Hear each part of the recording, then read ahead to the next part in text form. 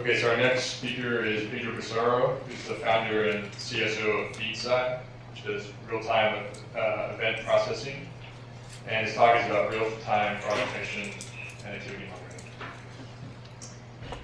Okay, thank you for attending my talk. I'm actually a PhD student in those exciting times that Mike Franklin was talking about a little while ago.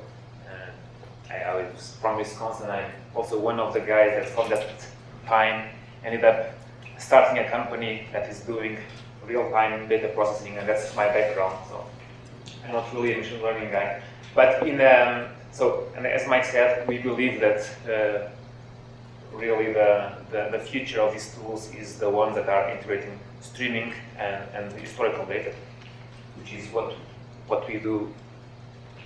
What we do here with Feedzais Pulse, and also lately we've been integrating as well the real-time machine learning part. So let me start this. Okay, so in this talk I'm going to present a project that we did a while ago about credit card fraud detection. So how do you stop credit card fraud? So one technique is using rules or some sort of machine learning technique that some way encodes this abnormal behavior which we are trying to model, which is fraud. For example, typical rules that we see being applied in practice are things like if the user does the number of transactions, for example, 3 transactions in less than 1 hour over $1,000, then block the transaction. So the problem is that the world is messy. It's messy because fraud varies a lot from person to person.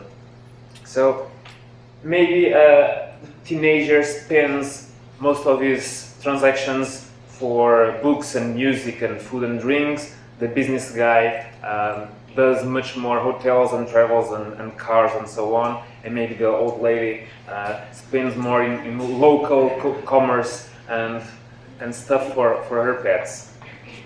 And actually, if you account for how the different channels, how people spend the money, it's even more complicated. As someone was just saying now, on the web things are a little bit different. So maybe on the web we spend more money, or spend on online casinos, or spend on some sort of gambling stuff that probably we don't do in real life. And maybe in real life, with a physical card, you go always to the same stores, to the same neighborhood, and online you have much more variety and different amounts and so on. So, how do they protect in reality the usage? So there's a number of protection structures in credit cards. There's of course the number of the credit card, the PIN number, the name of the person, the address, the zip code. There's a CVV code, those little 3 digits on the back of the card. There's a signature, and very importantly, there's the chip. Actually, the chip is the most safe technique to protect the card, and it is forced to be used in Europe, but actually it's not forced to be used elsewhere, so it doesn't work as well as it should because of that, because it's not mandatory. And what type of frauds are there? So let me introduce a little bit of terminology and types of fraud in this one slide. So skimming is what we call to the act of actually stealing the information from the card, like the number and the PIN. Maybe it's not the complete information, but it's information enough to then go and do a counterfeit card. So duplicate or clone a card that can be used somewhere else. Maybe that cloned card is not even made of plastic. Sometimes they clone cards out of paper. Maybe they are trying to be more green or something, but or just saving money. But sometimes they clone the cards in paper and they use them on gas pumps and stuff like that, far away from the merchant. There's also stolen and lost cards, and the reason I'm telling you these several types of fraud is because the behavior of fraud also varies a lot from the type of fraud that started the situation. For example, a stolen card or a lost card when it's misused, is used very quickly. So in the very next hours, the bad guy will max out the card. Very frequently does that. Tests the card, and then if it goes through, it just starts spending money very quickly. On the other hand, if the card was not delivered, or if it was stolen before it got to the person, maybe the person was not even aware that there was a card in transit to his address, and will not complain to the bank sometimes, even if it gets late 1 week or 2 weeks or a couple of months even, because it was just not expecting the new card in the mail. So we see that the usage is very, very different in that situation. Also, when the card is stolen before it's used by the real user, it's very hard to come up with the correct profile, because we don't know the history of the usage of that person. And then there's also application fraud, when someone opens an account in your name, probably with some fake elements like the address or something, and keeps on using the card until it maxes out the platform. There's many more types of fraud, but these are enough for now. And then there's two main types of card usage, which is what they call CNP and CP, so card not present and card present. Card not present is whatever you do when you're buying stuff on the web, on Amazon or eBay. So the card is not physically present in the place of the purchase. And card present is whenever you go to a physical store or restaurant or something where you hand them the card and you put the card in a machine or you swipe the card somewhere. In terms of distribution, for the client we were working, and I apologize because I have many numbers covered here and many slides simplified, because this have gone through the company, my client, and they didn't allow many things to be published. I even have an architecture slide coming up, which is just a single box, because I cannot show the architecture. But by the size of the black rectangle, you can see the scale of the So he allowed me for that. So you see that the transactions run in the millions per day. The suspected fraud runs in the thousands per day, and the true fraud runs in the tens of true fraud transactions per day. They actually have a system of computer, person to detect fraud. In some cases, it's stopped automatically by computers using those rules that I showed before. Frequently, the computer just flags something as suspicious, and there it goes for a first level where people are analyzing the transactions and seeing if it's fraud or not, and then it goes to a second level, and probably they will make a phone call to decide if it's really fraud or not. So although there are very few transactions, there are many million in terms of losses per year, and almost all of that is for the card not present kind of fraud. How do the bad guys get your card in the first place? So one technique, and this is getting common, is somehow they rig an ATM machine, and a common scenario is they put a very thin, very small, you almost don't notice, but a very small scanner inside the card slot. So whenever you put the card inside the machine, you're also putting the card inside the scanner. And then they have, on top of the machine, something that comes from a 007 movie or a Mission Impossible. They have tiny little cameras on top of the machine.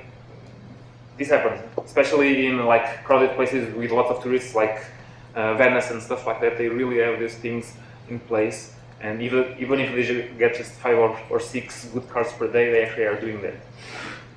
So they are getting your PIN codes from when you type them. So whenever you use a card, cover the PIN. If it's an ATM machine, you might think that your body is covering the PIN, but maybe there's something else trying to get the code. Do the same in a gas pump and everywhere. Always cover.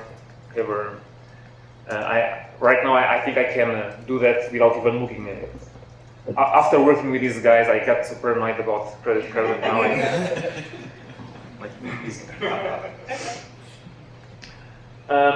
Another technique is kind of strange, but we start to saw an increase on that, that whenever you go to a store, sometimes the card that they return to you is not the same card you give to them.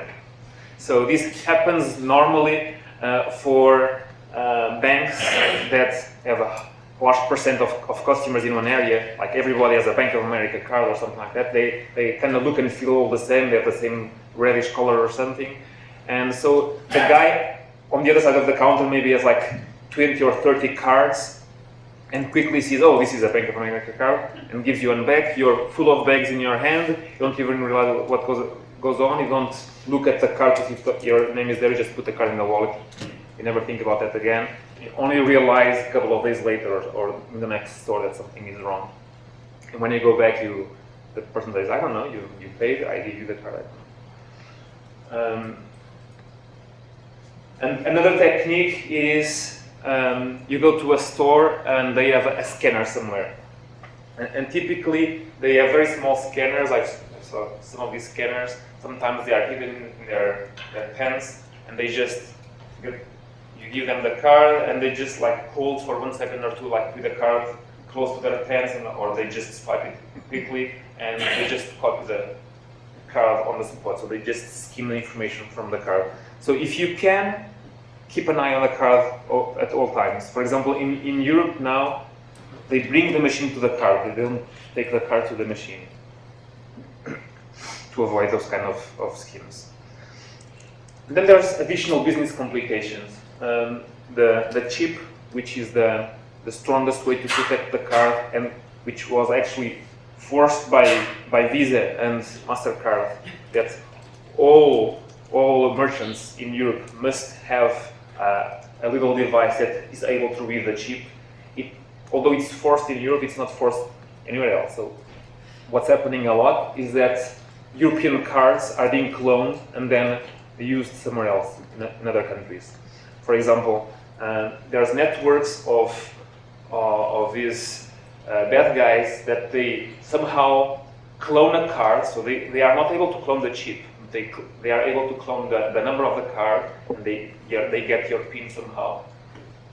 Then they send those numbers, they sell those numbers to some other guys somewhere that make the counterfeit cards, and then they synchronize the usage of the card. So they will probably start using the card in the same day, in the same hour, in the same minute, in 3 different continents. One guy in Australia, another guy in Brazil, another guy in the US, because they know that Visa and MasterCard have a system that when you're abroad, because it takes too long to verify the card, some cards just allow you to cash in some money, even without checking with the bank.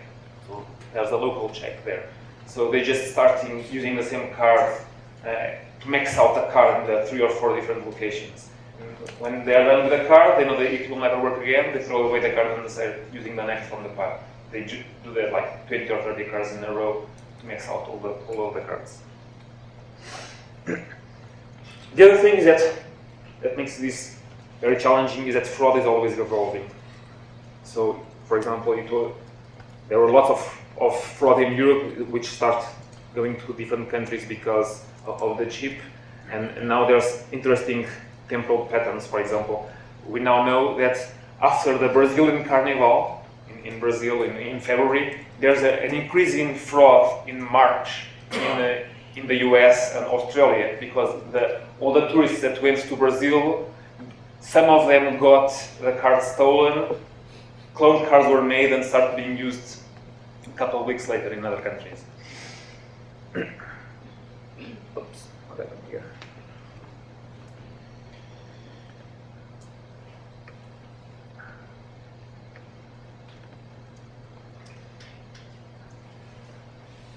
Let's change it on me for some reason.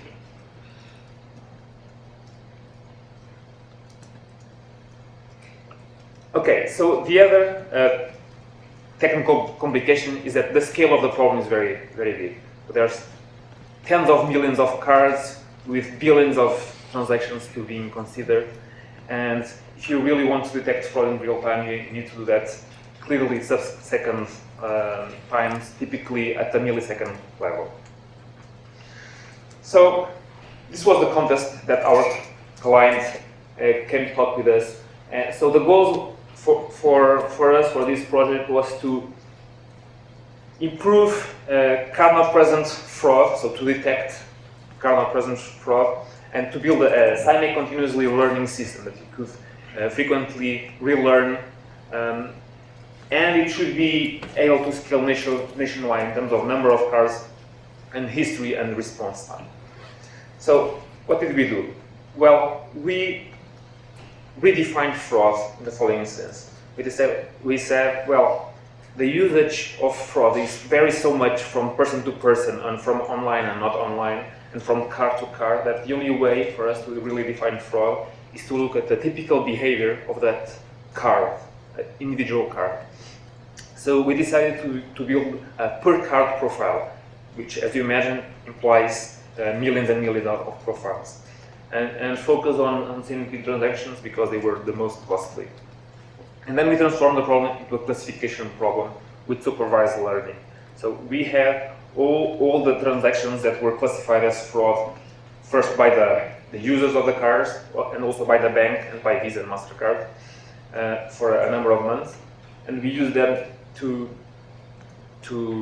supervise, learn and test a number of algorithms. The components of our system, at least some of them, the one that I'm showing, a couple that I'm not showing. So we use our engine Pulse, the real-time engine, to do the parsing of the elements, to compute some statistics, to route everything, to coordinate the other components. And then periodically, we compute the profiles on Hadoop. So basically, those large MapReduce jobs. For each card, we look to the history of the card, and we summarize everything about the card, like the top 10 countries, the top 10 merchants, the most common values, the time of the day of the week, the physical ID of the ATM machines or of the sites online. So we have about 200 variables per card stored in that profile. And then we store that profile in Cassandra to be able to give us very fast response times. And this is the architecture slide that actually doesn't show anything. It's just one box. But this is what I'm allowed to show. So the point is we were tracking, in this case, 18 million cards for card-not-present transactions. All the other transactions we were letting it go through. The peak that we were able to sustain was 1,200 transactions per second. I can tell you that in reality it was much lower than that, but we tested the system to go to this bandwidth. And the latency was just below 2 milliseconds per transaction. And the algorithms were supposed to return a score between 0 and 1,000. So we consider a very high number of algorithms. Altogether were like 25 algorithms or so that were implemented using Weka, both for learning and then for scoring. And then after 3 or 4 months of testing, we ended up choosing cost-sensitive naive-based, gave us very good results, and was also faster to relearn than the other algorithms. As for feature, what we ended up using was essentially the deviations between the transaction and the norm. So we knew the norm for each card because we had a profile, and we saw, well, if this guy is spending much more than the norm or in a different country or in a different kind of merchant, then we are going to report that to our classifier. We also included other elements like the amounts, how was the transaction being validated, if you had a CVV code or not, zip code or not, and so on, and if it was coming from a risk country or not. To test this, we used 6 months of data, including 12 million transactions, and then we tried it with 3 months of data with 4 million transactions. You can note that we didn't try for July and August because the behavior was very different there, and even our client told us not to test with those months because the fraud is so very different in the summer that it would be unfair for our algorithm. So, but in the end, we ended up with great results. 75% of the fraud was detected. I can tell that this was more than twice what was previously being detected by the previous system, because this includes not only the fraud detected by the previous system, as well as the fraud reported by the user and reported by Visa and MasterCard. So we were able to detect fraud even before the user saw something on the bank statement. And we were able to do this in 1.5 seconds on average per card. Also, the algorithm was good enough that we were able to retrain and run this in Hadoop and then store it in Cassandra. Historical of 6 months in just 24 hours. And this is it. I'd like to have shown you more details, more juicy stuff, but I couldn't. But I'm open for questions now. Thank you.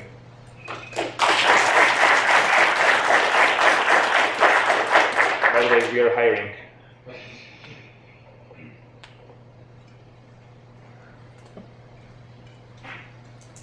Hi, thank you for an interesting talk. I noticed that you process 1,200 cards per second. So how much data per card, and where's the bottleneck? Because there are computer vision algorithms out there that process 1,000 frames a second. So I was curious if you could elaborate more on that. So the bottleneck was the I/O, getting stuff to Cassandra and to Weka. Although stuff was in memory, we had a 96 gig machine in terms of RAM. That was the bottleneck. But in practice, our client very rarely even has more than 200 transactions per second. So we just benchmark that to see if you could get to those numbers. But for example, last Christmas, I think the top they had was like 200 per second. Doesn't even close to 1,200.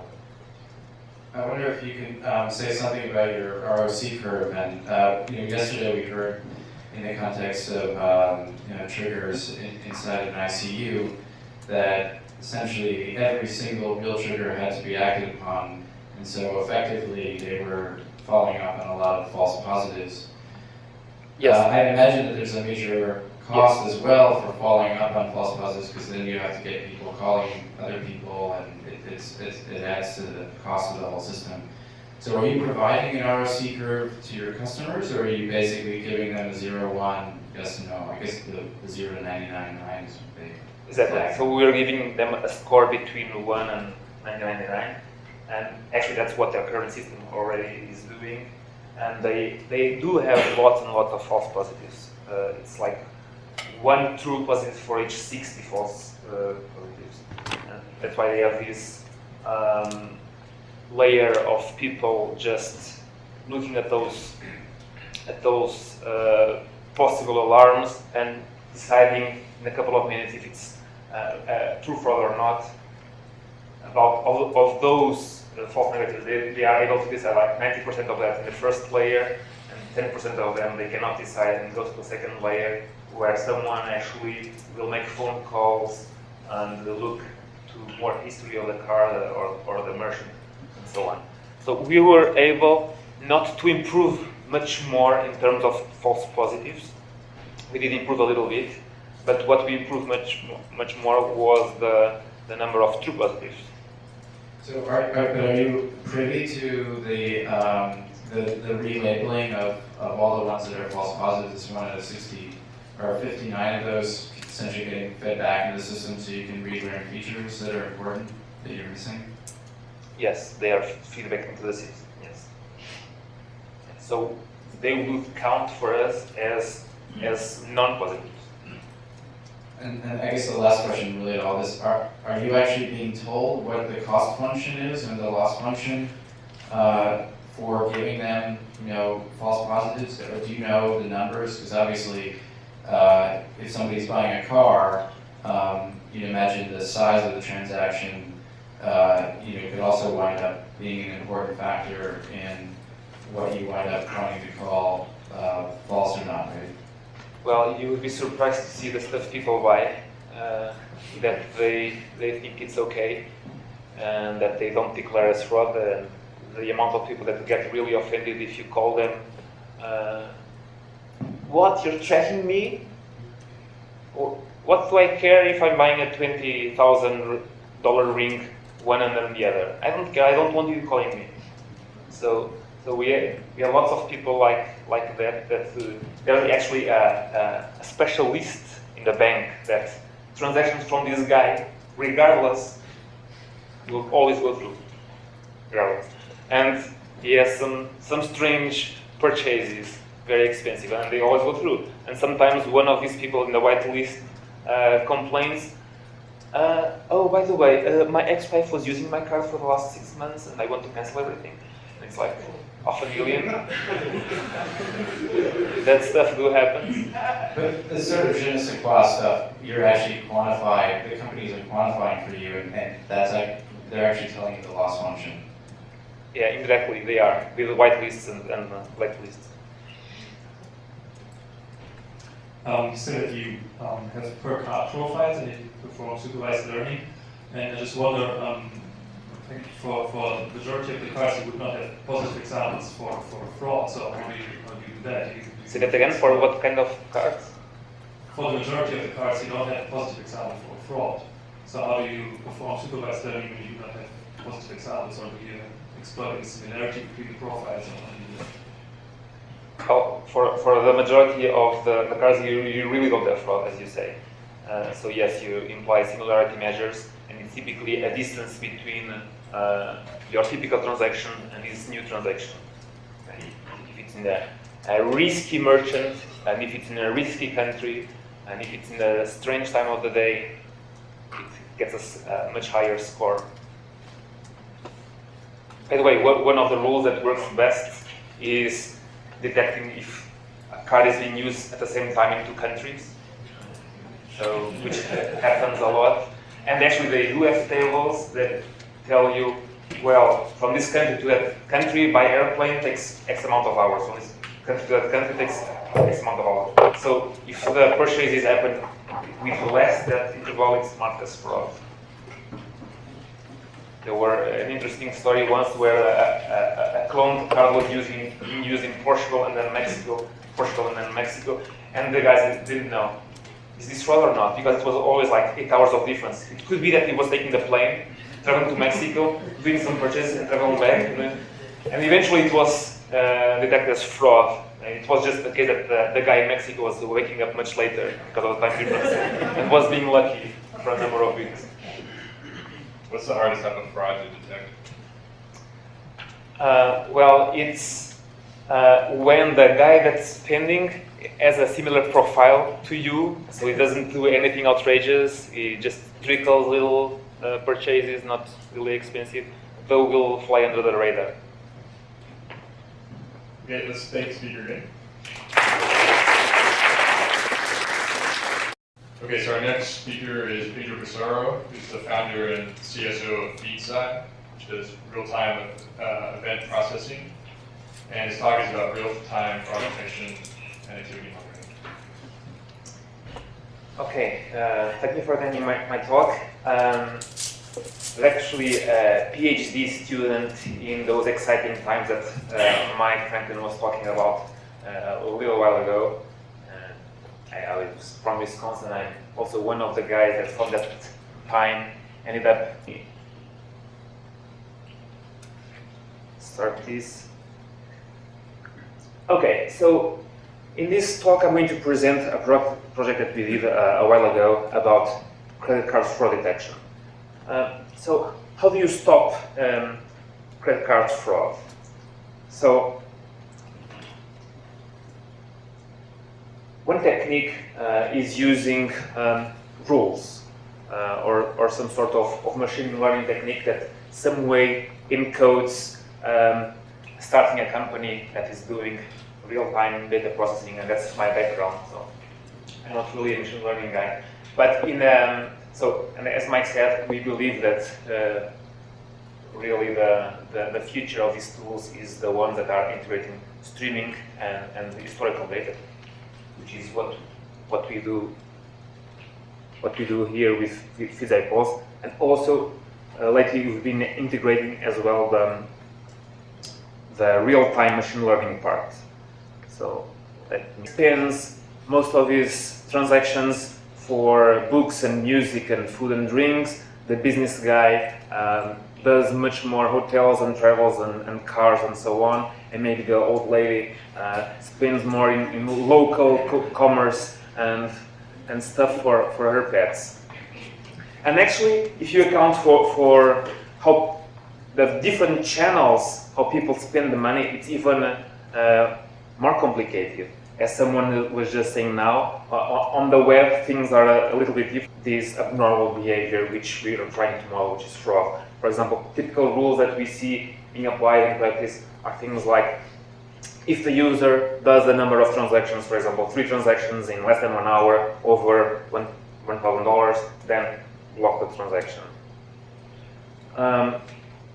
So the problem is that the world is messy. It's messy because fraud varies a lot from person to person. So maybe teenagers